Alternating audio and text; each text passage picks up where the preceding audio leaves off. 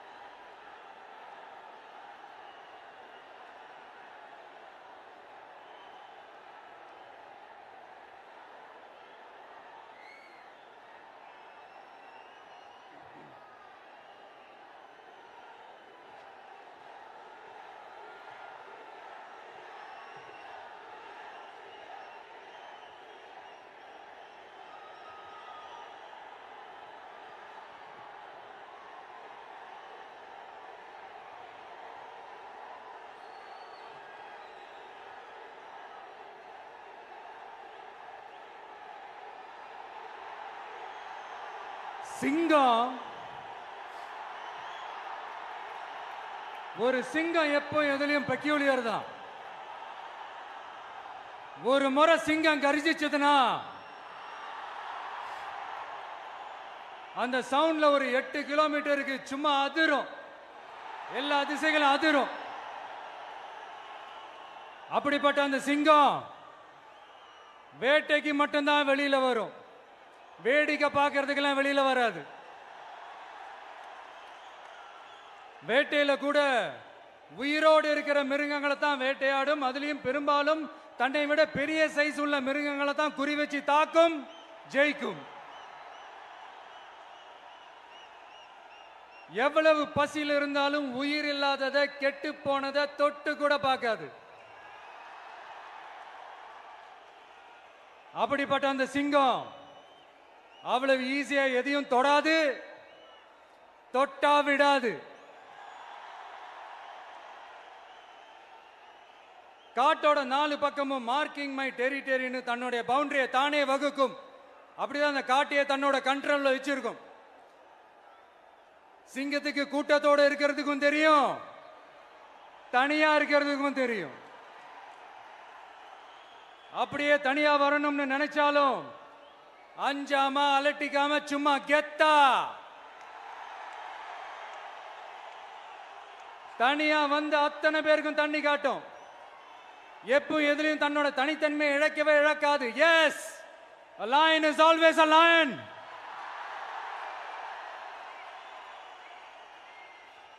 There are so many jackals and other animals in the forest, but there will be only one lion. And even if it is single, it will be the king of jungle. It is not only a description but also a clear declaration. சிங்கத்தை பத்தி பேசிட்டு நம்ம சிங்க குட்டிகளையும் சிங்க பெண்களையும் பத்தி நம்ம பேசாம இருக்க முடியுமா? அவங்கள எப்படி நான் மறப்பேன்? அவங்க தான் என்னுடைய உயிராச்சே. என் நெஞ்சில் கொடியிருக்கும்.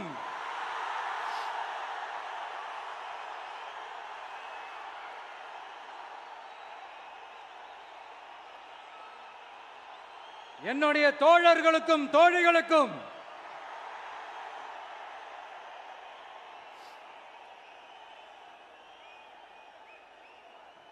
நேர்ல வர முடியாத சூழல்ல வீட்டில் இருந்துகிட்டே நம்மளுடைய இந்த மாநாட்டில் நேரலை வாயிலாக கலந்துகிட்டு இருக்கிற என்னுடைய அம்மாக்கள், அக்கா தங்கைகள், அண்ணன் தம்பிகள், நண்பர்கள் அனைவருக்கும் என்னோட உயிர் வணக்கம். என்னோட உயிர் வணக்கம், என்னோட உயிர் வணக்கம்.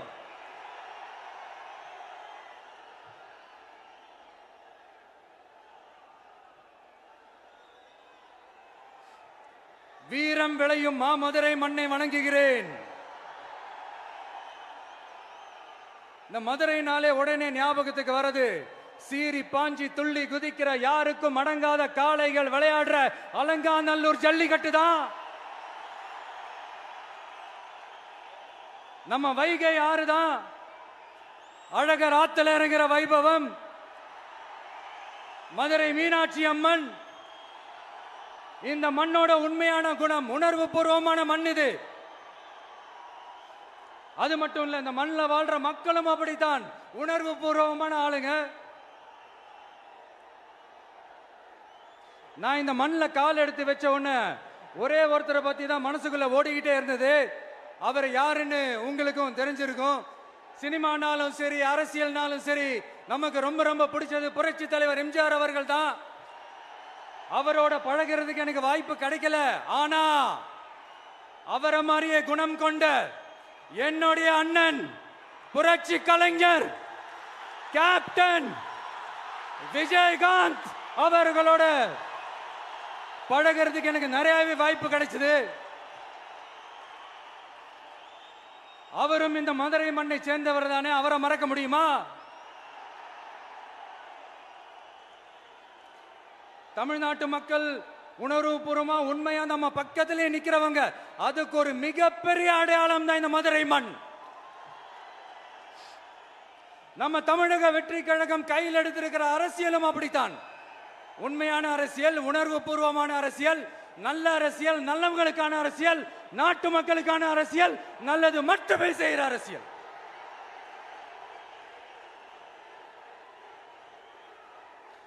இதோ நம்மளுடைய இந்த இரண்டாவது மாநில மாநாடு வாகை சூடும் வரலாறு திரும்புகிறது.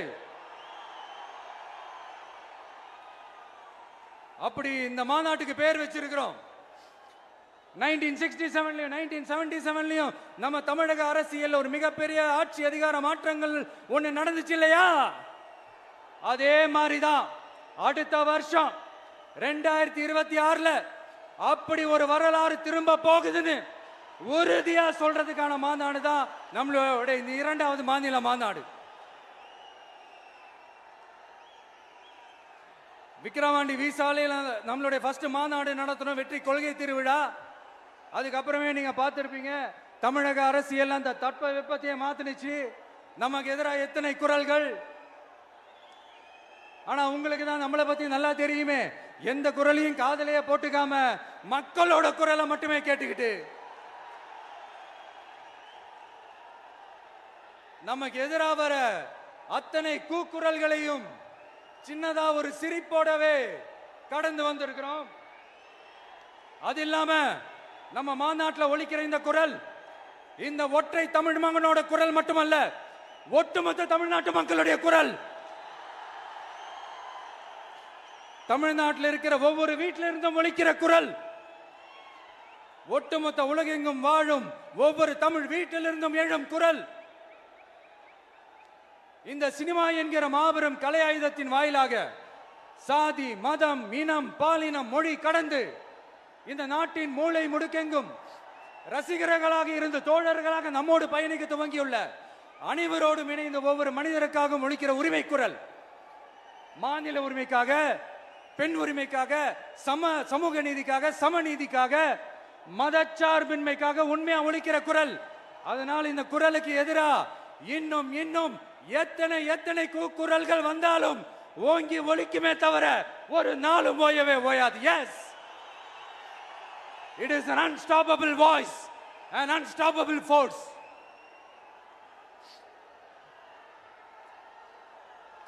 நம்ம அரசியலுக்கு வர்றதுக்கு முன்னாடி, அட இவரெல்லாம் வர மாட்டாரியா, அவரே வரல, இவரே வரல, இவருங்க வர போறாரு அப்படின்ட்டு நிறைய பேர் ஜோஷியம் சொன்னாங்க.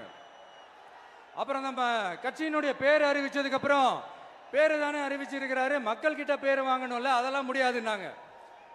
அப்புறம் ரொம்ப முக்கியமா மாநாடுலாம் எவ்வளவு பெரிய விஷயம், அதெல்லாம் இவர் ஒத்தால எப்படி பண்ண முடியும், சும்மா பக்கத்துல புசியானதை வச்சுக்கிட்டு மாநாடுல எப்படி நடத்தி காட்ட முடியும், அதெல்லாம் அவங்களால முடியாது. அப்புறம் மழை பெஞ்சு எல்லாத்தையும் எடுத்துரும். ஏன் என் கூட இருக்கிறவங்களே கூட தான் சொன்னாங்க. அதுக்கப்புறம் என்ன நடந்துச்சுன்னு உங்க எல்லாருக்குமே தெரியும். இப்ப புதுசா ஒண்ணு சொல்ல ஆரம்பிச்சிருக்கிறாங்க. அது என்னடானா, ஆட்சியை பிடிக்கிறதெல்லாம் அவ்வளவு ஈஸி இல்லை இல்லையா.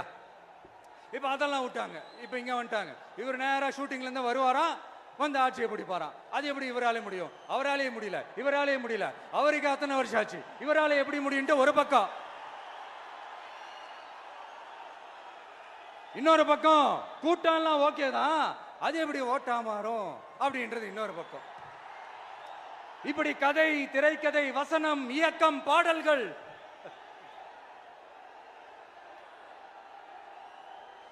அதனால இந்த அரசியல் ஆய்வாளர்களுக்கு நான் சொல்றதெல்லாம் ஒன்னேதான், நல்லா கேட்டுக்கங்க.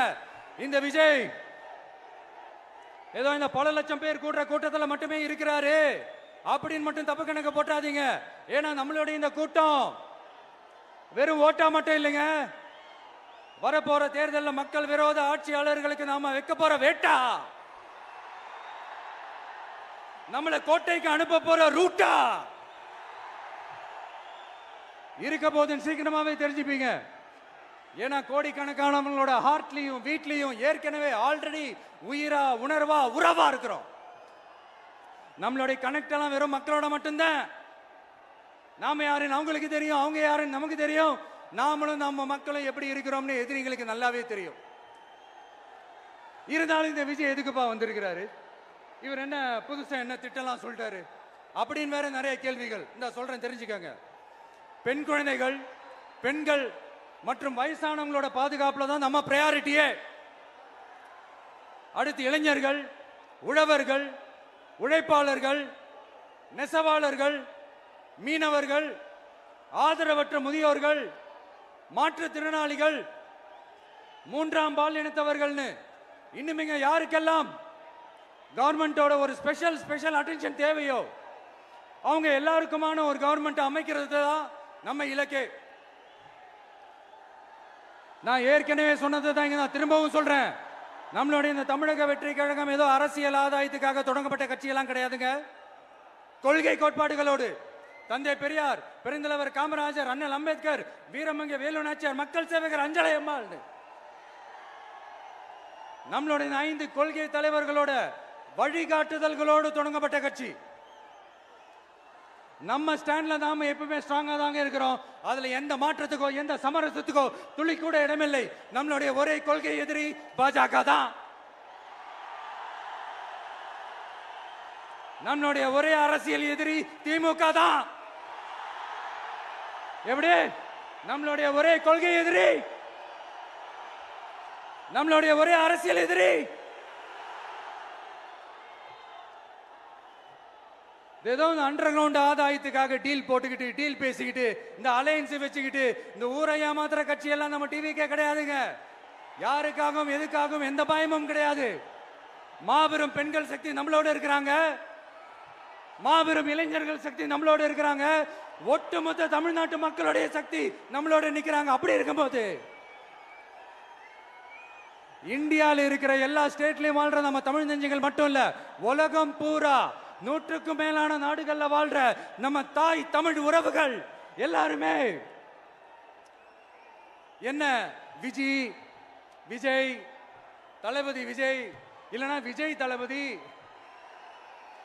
இப்படி சொந்தம் கொண்டாடுற கோடிக்கணக்கானவங்களோட அன்பு மாசியும் நம்மளோட இருக்கும்போது, இவங்க எல்லாருமே நம்மளோட நிற்கும் போது எதுக்குங்க இந்த பாசிச பாஜகவோட நேரடி கூட்டணியோ இல்ல மறைமுக கூட்டணியோ உறவு வச்சுக்க? நாம என்ன உலகமாக ஊழல் கட்சி என்ன?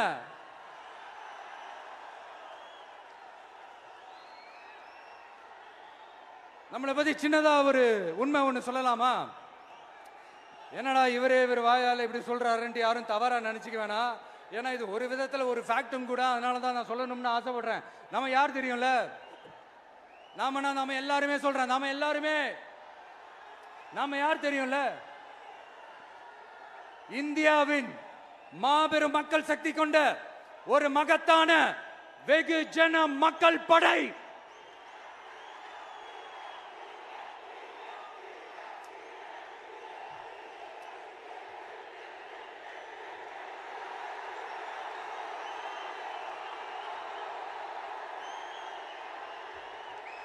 அதனால நம்ம தலைமையில நாம் அமைக்க போற இந்த உண்மையான மக்களாட்சிக்கான அச்சாரமாக மாபெரும் மக்கள் சக்தியே அணி அணியாக நம்மளோட திரண்டு நிக்கிறப்போ இந்த அடிமை கூட்டணியில சேர வேண்டிய அவசியம் நமக்கு இருக்குங்க.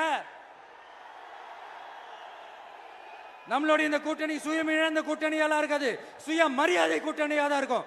இந்த ஒரு பக்கம் RSS கிட்ட அடிபணிஞ்சுக்கிட்டு, இன்னொரு பக்கம் மதச்சார்பற்ற கூட்டணின்னு இந்த மக்களை ஏமாத்துற கூட்டணியெல்லாம் நம்ம கூட்டணி இருக்காது.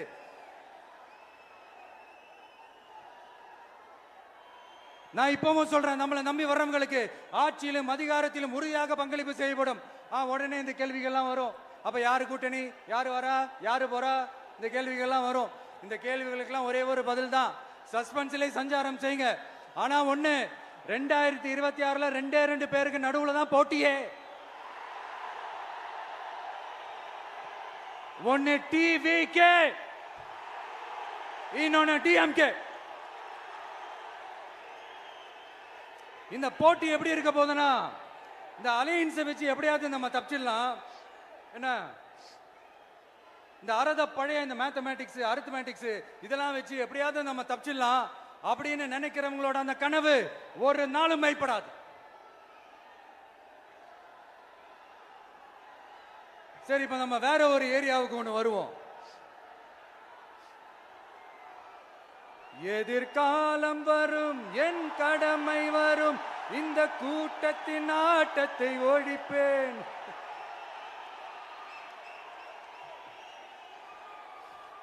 மக்கள் அரசியல் என்ற அந்த சவுக்க கையில் எடுக்கலாமா? யாருக்கு எதிரான தானே கேட்கிறீங்க? வேற யாரு? மறைமுக உறவுக்காரர்களான பாசிச பாஜகவும் பாய்சன் திமுகவும் தான். மாண்புமிகு பிரதமர் நரேந்திர மோடிஜி அவர்களே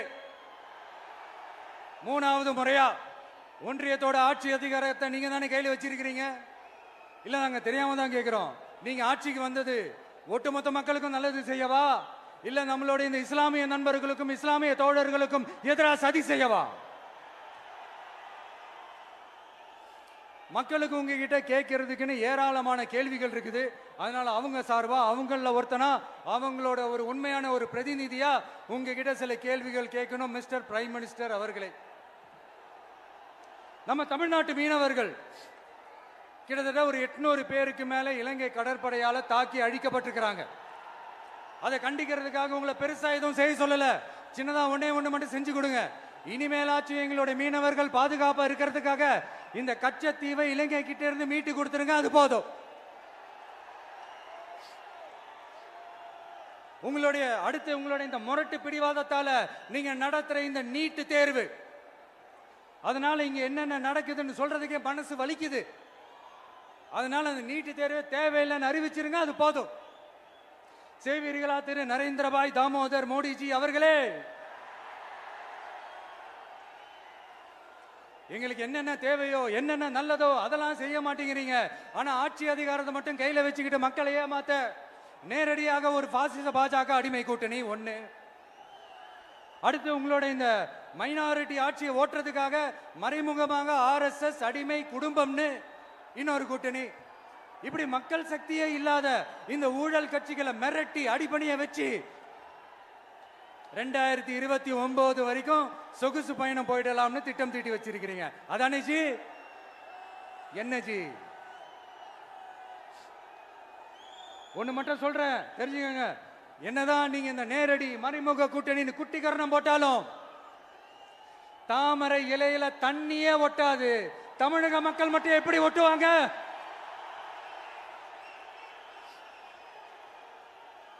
இங்க ஒரு MP சீட்டு கூட தரலன்றதுக்காக தமிழ்நாட்டுக்கும் தமிழ்நாட்டு மக்களுக்கும் எதுவுமே செய்யாம ஓரவஞ்சனை செய்யுது இந்த ஒன்றிய பாஜக அரசு. சங்கம் வச்சு தமிழ் வளர்த்த மண் இந்த மதுரை மண். அதனால இங்க அந்த கீழடியில கிடைச்ச ஆதாரங்களை எல்லாம் மறைச்சிட்டு எங்க நாகரிகத்தையும் எங்க வரலாறையும் அழிக்கிறதுக்காக உள்ளடி வேலை செய்யலாம்னு நினைக்கிறீங்க. தமிழ்நாட்டை தொட்ட என்ன நடக்கும் நீங்க பல உதாரணங்கள் இருக்குது. அதனால இதையெல்லாம் மறைச்சிட்டு எங்க மக்களை ஏமாத்திடலாம்னு மட்டும் நினைக்காதீங்க. மத நல்லிணக்கத்திற்கு பெயர் பெற்ற இந்த மதுரை மண்ணிலிருந்து சொல்றேன், உங்க எண்ணமெல்லாம் ஒரு நாளும் ஈடேறாது.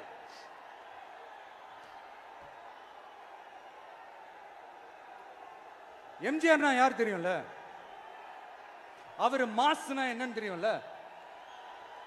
அவர் உயிரோடு இருக்கிற வரைக்கும் அந்த சிஎம் சீட்டை பத்தி ஒருத்தராலையும் நினைச்சு கூட பார்க்க முடியல, கனவு கூட காண முடியல. எப்படியாவது அந்த சிஎம் சீட்டை என்கிட்ட கொடுத்துருங்க, என் நண்பர் எம்ஜிஆர் திரும்ப வந்ததுக்கு அப்புறம் நான் திருப்பி கொடுத்துறேன்னு தன்னோட எதிரியை கூட மக்கள் கிட்ட கெஞ்ச வச்சவர் எம்ஜிஆர். எப்படி கெஞ்ச வச்சவர்? அதனால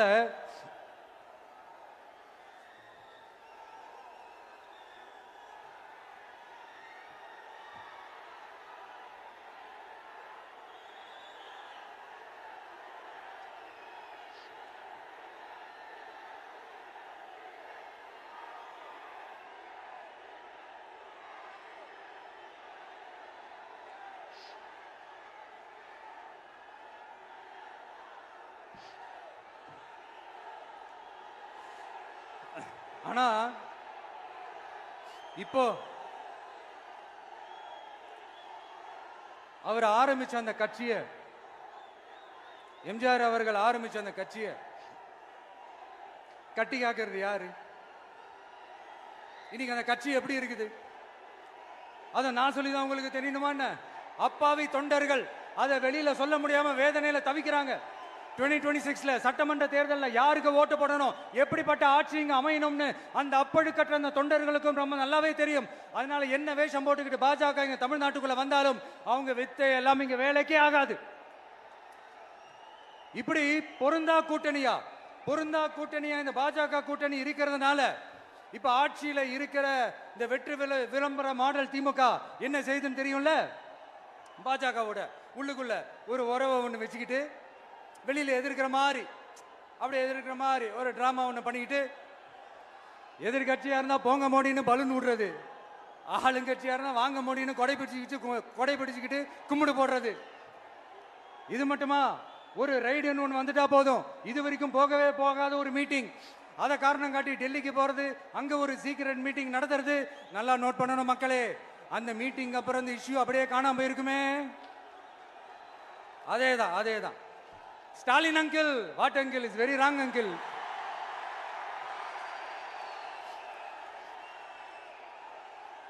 இப்படி தமிழ்நாட்டில் இப்ப நடக்கிற இந்த ஆட்சியினுடைய லட்சணத்தை பார்த்துக்கிட்டு நாம எப்படி சும்மா இருக்க முடியும்? ஒரு தவறு செய்தால், அதை தெரிந்து செய்தால், அவர் கபட நாடக மு.க. ஸ்டாலின் அங்கிளாகவே இருந்தாலும்,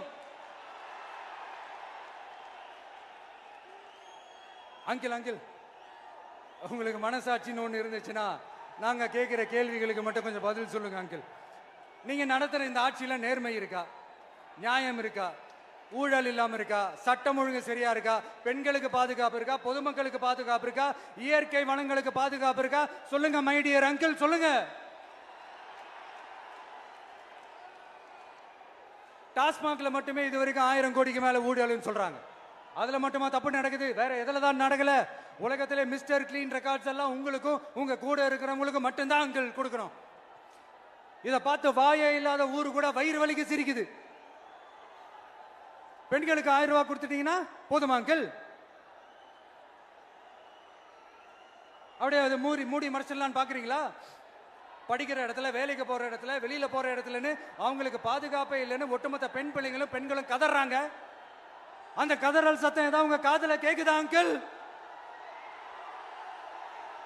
இதுல வேற உங்க அப்பான்னு கூப்பிடுறாங்கன்னு வேற சொல்றீங்க.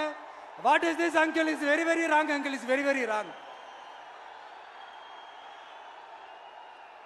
பெண்களுக்கு மட்டுமா பொய் வாக்குறுதி கொடுத்து ஏமாத்துறீங்க? அரசு ஊழியர்கள், ஆசிரியர்களை ஏமாத்துறீங்க, விவசாயிகளை ஏமாத்துறீங்க, பரந்தூர்ல பாதிப்பே வராதுன்னு சொல்லி ஏமாத்துறீங்க, மீனவர்களை ஏமாத்துறீங்க, போதைப் பொருள் கலாச்சாரத்தை ஒழிக்காம ஏமாத்துறீங்க. ஐயோ, very very first uncle, very very first. எப்படி கேட்டாலும் இவங்க கிட்ட இருந்து எந்த பதிலும் வர போறதில்லை. ஏன்னா இருந்தா தானே. இப்ப ஆட்சியில இருக்கிற நம்மளுடைய அங்கிள் பதில் சொல்றது இருக்கட்டும். மக்களை நீங்க சொல்லுங்க, நீங்க உண்மையை சொல்லுங்க. செய்வோம்னு சொன்னாங்களே, சொன்னதெல்லாம் செஞ்சாங்களா? உங்களை தான் கேக்குறேன், சொன்னதெல்லாம் செஞ்சாங்களா? சத்தமா மை டியர் அங்கிள், கேக்குதா? மக்களோட சத்தம் கேக்குதா? இது வெறும் சாதாரணமான முழக்கம் தான். கூடிய சீக்கிரம் மக்களை போய் சந்திக்க போறேன், அவங்களோட மனசு விட்டு பேச போறேன். அதுக்கப்புறம் இந்த சாதாரணமான முழக்கம் இடி முழக்கமா மாறும். அத்தோட நிக்காது. அந்த இடி முழக்கம் தமிழ்நாட்டோட போர் முழக்கமா மாறும். அந்த போர் முழக்கம் உங்களை ஒரு நிமிஷம் கூட தூங்க விடாது. நடக்குதா இல்லையான்னு பாருங்க. என்னடா இவன் இவ்வளவு ஸ்ட்ராங்கா சொல்றானேன்னு பாக்குறீங்களா? எல்லாரும் கட்சி ஆரம்பிச்சதுக்கு அப்புறம் தான் ஒவ்வொரு வீட்டுக்குள்ளேயும் போறதுக்கு ட்ரை பண்ணுவாங்க. ஆனா நாங்க அப்படி இல்லை. ஒவ்வொரு வீட்டுக்குள்ளேயும் போனதுக்கு அப்புறம் தான் கட்சியாவே ஆரம்பிச்சிருக்கிறோம்.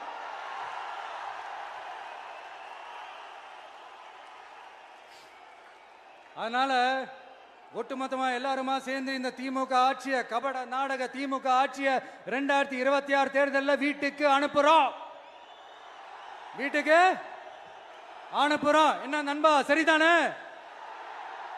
என்ன நண்பி, செய்வீர்கள் தானே?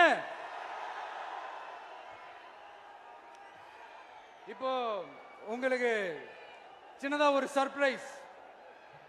நம்ம கட்சியினுடைய வேட்பாளர் பட்டியலை இப்ப நான் அறிவிக்க போறேன். மதுரை கிழக்கு வேட்பாளர் விஜய். இன்னும் முடிக்கல. ஒரு நிமிஷம், இன்னும் முடிக்கல. மதுரை மேற்கு வேட்பாளர் விஜய். மதுரை மத்தி வேட்பாளர் விஜய். மதுரை தெற்கு வேட்பாளர் விஜய். மதுரை வடக்கு வேட்பாளர் விஜய். மேலூர் விஜய். சோழவந்தான் விஜய். திருப்பரங்குன்றம் விஜய். திருமங்கலம் விஜய். உசிலம்பட்டி விஜய்.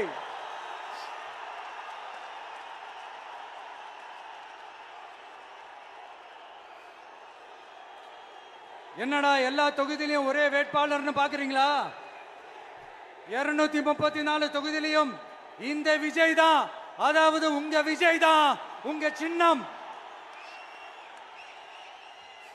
இன்னும் சிம்பிளா சொல்லணும்னா உங்க வீட்டில் இருக்கிற ஒருத்தர் தான் வேட்பாளரா நிக்க போறாங்க. அந்த வேட்பாளரும் நானும் வேறு வேறு இல்லை. நீங்க அவருக்கு ஓட்டு போட்டீங்கன்னா எனக்கு ஓட்டு போட்ட மாதிரி, இந்த முகத்துக்காக நீங்க ஓட்டு போட்டீங்கன்னா உங்க வீட்டில் இருக்கிற உங்களுடைய வேட்பாளர் ஜெயிச்ச மாதிரி. என்னடா இவர் ஏதோ ஓவரா சொல்றாருன்னு நினைக்க வேணாம். பிராக்டிக்கலா அப்படிதான் இருக்கும், அப்படிதான் இருக்கணும். நீங்களும் அப்படிதான் நினைப்பீங்கன்னு நான் நம்புறேன். ஏன்னா இது நம்மளை விட நம்ம எதிரிங்களுக்கு இன்னும் நல்லாவே தெரியும். அதனால எல்லா இந்த அதிகார பலம் எல்லாத்தையும் தூக்கிட்டு வந்துருவாங்க. வரட்டும், பாத்துக்கலாம். TVK will take it, TVK will meet it, TVK will compete with it and TVK will conquer it. TVK will conquer it.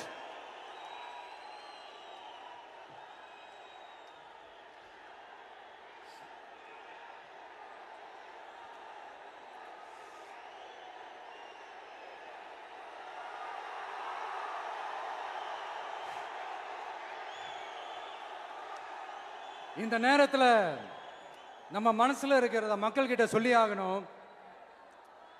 Thoothukudi ஸ்னோலினோட அம்மா என்ன அவங்களோட தம்பி, இன்னும் அவங்க பொண்ணுக்கு நான் தாய் மாமன்னு சொன்னாங்க. அந்த அக்காவோட குழந்தைக்கு மட்டும் இல்லைங்க, என்ன அண்ணனா தம்பியா நினைக்கிற தமிழ்நாட்டில் இருக்கிற என்னோட எல்லா சகோதரிகளின் குழந்தைகளுக்கும் நான் இன்னைக்கு மட்டும் இல்ல, என்னைக்குமே ஒரு தாய் மாமனா தான் இருப்பேன். நீங்க எல்லாரும் என்னுடைய ரத்த உறவு, கூட பிறந்த பொறுப்பு. என் வீட்டு ரேஷன் கார்டுல வேணா உங்க பேர் இல்லாம இருக்கலாம், உங்க வீட்டு ரேஷன் கார்டுல வேணா என் பேர் இல்லாம இருக்கலாம். ஆனா நாம் எல்லாரும் ஒண்ணுதான், உறவுதான். நமக்கு இடையே எந்த அரசியலும் உள்ள நுழையவே முடியாது. என்கிட்ட இருந்து உங்களையும் உங்ககிட்ட இருந்து என்னையும் எந்த சக்தியாலும் பிரிக்கவே முடியாது. அப்புறம் நான் ஒன்னும் இந்த மார்க்கெட் போனதுக்கு அப்புறம், ரிட்டையர் ஆனதுக்கு அப்புறம் அடைக்கலம் தேடி அரசியலுக்கு வரல, படைக்கலனோட வந்திருக்கிறோம். பவர்ஃபுல் போர்ஸோட, மாபெரும் படை வரிசையோட, எல்லாத்துக்கும் தயாராகி தான் வந்திருக்கிறோம். இவ்வளவு தயாரா நாம அரசியலுக்கு வர்றதுக்கு ரொம்ப ரொம்ப முக்கிய காரணம் ஒண்ணு இருக்கு. அது என்ன தெரியுமா? நன்றி கடன், நன்றி கடன், நன்றி கடன். கிட்டத்தட்ட ஒரு 30 வருஷமா, 30 வருஷத்துக்கு மேல நீங்க தான், நம்ம மக்கள் தான் என் கூட நிக்கிறீங்க, எனக்காக நிக்கிறீங்க, என்னை தாங்கி பிடிக்கிறீங்க, மனசுல ஏந்தி பிடிக்கிறீங்க, தாய் அன்போட மடியில ஏந்திக்கிறீங்க. உண்மையை சொல்லணும்னா வேற யாரை விடவும் எனக்கு இந்த அன்பையும் ஆதரவையும் கொடுத்திருக்கிறீங்க. என் மேல உயிரையே வச்சிருக்கிறீங்க. என்ன உங்க வீட்டுல ஒருத்தனாவே ஆக்கிட்டீங்க. நீங்க எனக்கு கடவுள் கொடுத்த வரம்.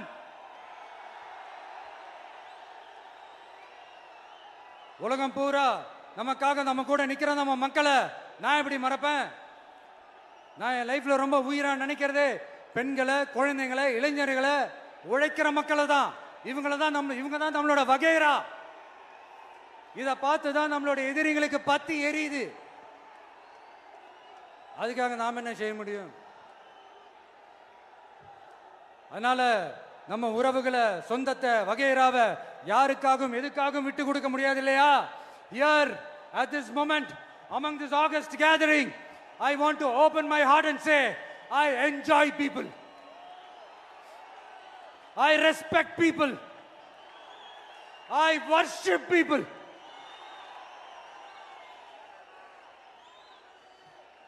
சரிப்பா, இவ்வளவு செஞ்ச நம்ம மக்களுக்கு நன்றி கடனா உன்னால முழுமையா செலுத்த முடியுமான்னு கேட்டா சத்தியமா சொல்றேன், என்னால முடியாதுதான்.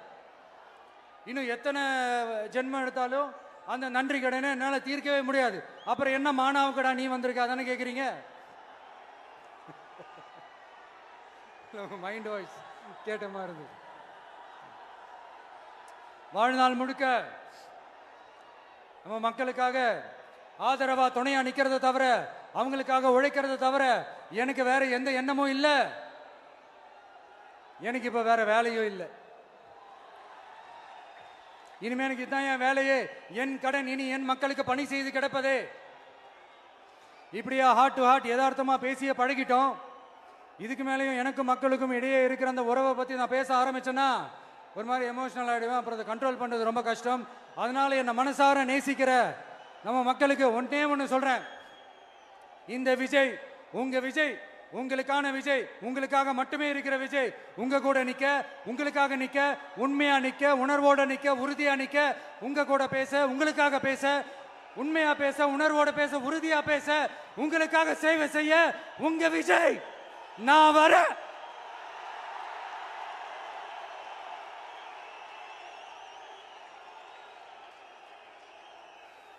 சொல்லல முக்கியம், செயல் செயல் செயல் தான் முக்கியம். செய்கை தான் சும்மா சிறப்பா இருக்கணும். நான் ஆட்சிக்கு வந்தேன்னா சும்மா அது செய்வேன், இது செய்வேன், நல்லது செய்வேன், உருட்டுவேன், புரட்டுவேன், அதெல்லாம் கிடையாது. செய்யறதுக்கு, நல்லது செய்யறதுக்கு, நல்லது செய்யறதுக்கு மட்டும்தான் இந்த விஜய். அப்புறம் ஒரு அரசியல் தலைவன் அவன் சினிமாக்காரனா, நல்லவனா, கெட்டவனா, இதெல்லாம் தாண்டி அவன் உண்மையானவனா, அதுதான் ரொம்ப ரொம்ப முக்கியம். இது சம்பந்தமா ஒரு குட்டி கதை ஒன்று சொல்றேன். ஒரு நாட்டில் ஒரு ராஜா தனக்கு பக்கபலமா இருக்கிறதுக்காக, கூட துணையா இருக்கிறதுக்காக ஒரு தளபதியை தேடுறாரு. சரியான தகுதிகளோட ஒரு 10 பேர் செலக்ட் ஆகுறாங்க. ஆனா அதுல ஒருத்தர் மட்டும் தான் செலக்ட் பண்ணணும். அதனால அந்த ராஜா என்ன பண்றாருன்னா ஒரு டெஸ்ட் வைக்கிறாரு. அந்த 10 பேர் கையிலையும் விதை நெல்லை கொடுத்து இதை நல்லா வளர்த்து கொண்டு வாங்க, ஒரு 3 மாசம் கழிச்சு வாங்கன்னு சொல்லி அனுப்பி வச்சிடுறாரு. 3 மாசம் கழிச்சு வரும்போது அதுல ஒருத்தர் ஆளு உயரத்துக்கு வளர்த்திருந்தாரு, ஒருத்தர் தோல் உயரத்துக்கு வளர்த்திருந்தாரு. அதுல ஒரு 9 பேரும் நல்லா வளர்த்து கொண்டு வந்திருந்தாங்க. ஒருத்தர் மட்டும் வெறும் தொட்டியோடவே வந்தாரு. என்னன்னு கேட்டதுக்கு, நானும் தண்ணி ஊத்தி ஊத்தி பாக்குறேன், உரம் வச்சு வச்சு பாக்குறேன், வளரவே மாட்டேங்குது ராஜா, என்ன பண்றதுன்னு தெரியலன்னு சொன்னதுக்கு ராஜா அவரை கட்டி அணைச்சிக்கிட்டு, இனிமே நீதான் என்னுடைய தளபதி, எல்லா அதிகாரமும் உனக்கு தான் சொன்னாரு. ஏன்னா அந்த 10 பேர் கையிலையும் ராஜா கொடுத்தது அவித்த விதை நெல், அது முளைக்கவே முளைக்காது. அந்த 9 திருட்டு பயலும் என்ன பண்ணிருக்காங்கன்னா வேற விதை நெல்லை வாங்கி அதை வளர்த்துட்டு ராஜாவையும் மக்களையும் ஏமாத்திருக்கிறாங்க. ஆனா இவர் மட்டும் உண்மையை போட்டு உடைச்சிட்டார். அதனால ஒரு நாட்டுக்கு திறமை எந்த அளவுக்கு முக்கியமோ அந்த அளவுக்கு உண்மையும் நேர்மையும் முக்கியம். இப்போ நீங்க எல்லாரும் தான் அந்த ராஜா. நீங்க தேர்ந்தெடுக்க போற அந்த தளபதி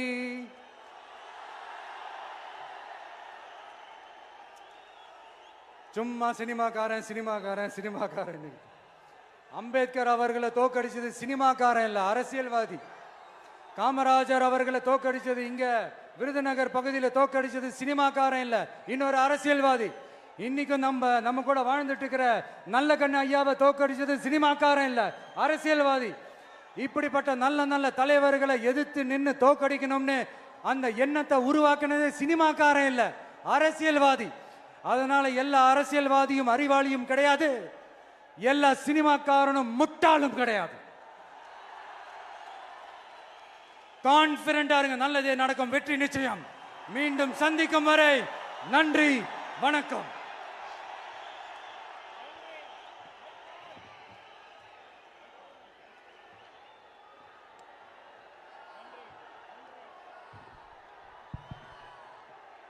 தமிழக வெற்றி கழகத்தினுடைய வெற்றி தலைவரின் வார்த்தைகள் நம்முடைய வேத வாக்காக எடுத்துக்கொண்டு நிறைவேற்றுவோம்.